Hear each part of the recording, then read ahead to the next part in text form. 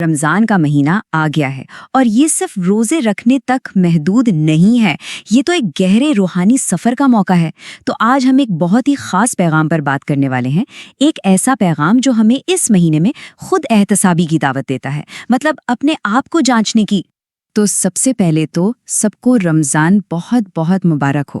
چلیں اس بابرکت مہینے کا آغاز امن اور سکون کی دعا سے کرتے ہیں۔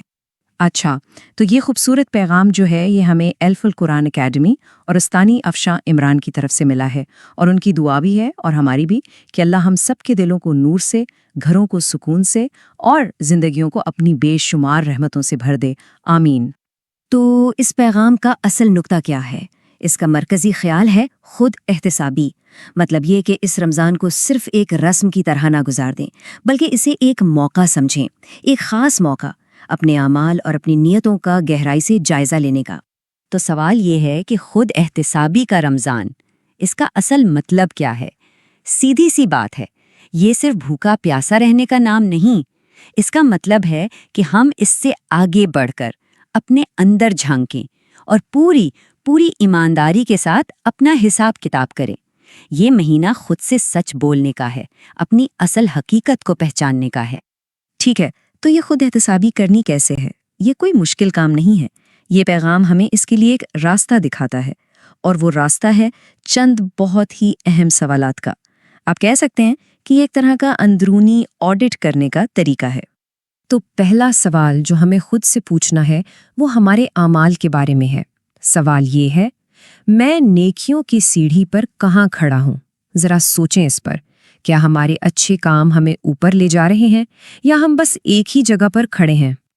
اچھا، اعمال کے بعد جو دوسرا سوال آتا ہے وہ ہمارے روحانی تعلق کے بارے میں ہے، اور وہ سوال ہے، میرا اللہ سے تعلق کتنا مضبوط ہے؟ یہ سوال سیدھا ہمارے ایمان کی جڑ تک جاتا ہے، یہ ہماری عبادت کی سچائی کو پرکھنے کے لیے ہے۔ اور پھر آتا ہے تیسرا سوال جو ہماری اپنی ذاتی گروتھ کے بارے میں ہے۔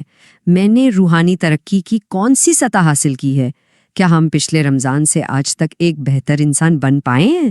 کیا ہماری کوششیں صحیح ڈائریکشن میں جا بھی رہی ہیں یا نہیں؟ تو یہ 3 سوالات ہو گئے، لیکن صرف ان پر سوچ لینا ہی کافی نہیں ہے نا؟ اصل کام تو اس کے بعد شروع ہوتا ہے۔ اگلا قدم ہے اس سوچ کو، اس غور و فکر کو عمل میں بدلنا، کیونکہ یہ پیغام صرف سوچنے کا نہیں بلکہ کچھ کرنے کا بھی تقاضا کرتا ہے۔ اور عمل کا منصوبہ بھی بہت سیدھا سا ہے، بس 2 قدم ہے۔ پہلا قدم اس رمضان کے لیے بالکل واضح، کلیئر اور میننگ فل ٹارگٹ سیٹ کریں، اور دوسرا قدم ان ٹارگٹس کو حاصل کرنے کے لیے اپنے وقت کا ایک پراپر شیڈیول بنائیں۔ اس سے کیا ہوگا؟ اس سے ہماری کوششیں بکھریں گی نہیں بلکہ ایک سمت میں رہیں گی۔ اس پوری بات کو ایک بہت ہی خوبصورت جملے میں بیان کیا گیا ہے کہ جب ہمارے اہداف واضح ہوتے ہیں تو ہمارا وقت بامقصد ہو جاتا ہے۔ کتنی گہری بات ہے، مطلب جب ہمیں پتہ ہو کہ جانا کہاں ہے تو سفر کا ہر قدم معنی رکھتا ہے اور ہم راستے سے بھٹکتے نہیں ہیں۔ اچھا، تو یہ جو ساری محنت ہے، یہ سوالات، یہ منصوبہ بندی، اس کا آخری مقصد کیا ہے؟ کیا یہ صرف ایک مہینے کی بات ہے؟ نہیں، بالکل نہیں۔ اس کا مقصد ہے ایک گہری، ایک لاسٹنگ تبدیلی لانا، اپنے اندر ایک حقیقی انقلاب لے کر آنا۔ تو اس پوری بامقصد کوشش سے ہم کیا حاصل کرنے کی امید رکھ سکتے ہیں؟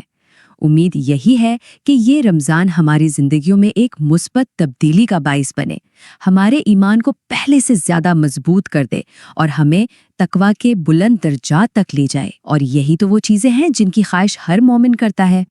اور آخر میں ایک بہت ہی طاقتور پیغام کے ساتھ بات ختم کرتے ہیں۔ آئیے اس رمضان کو وہ رمضان بنائیں جو ہمیں بدل دے۔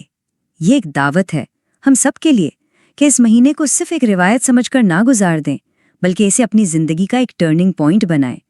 تو سوال بس اتنا ہے کہ کیا ہم اس تبدیلی کے لیے تیار ہیں؟ سب کو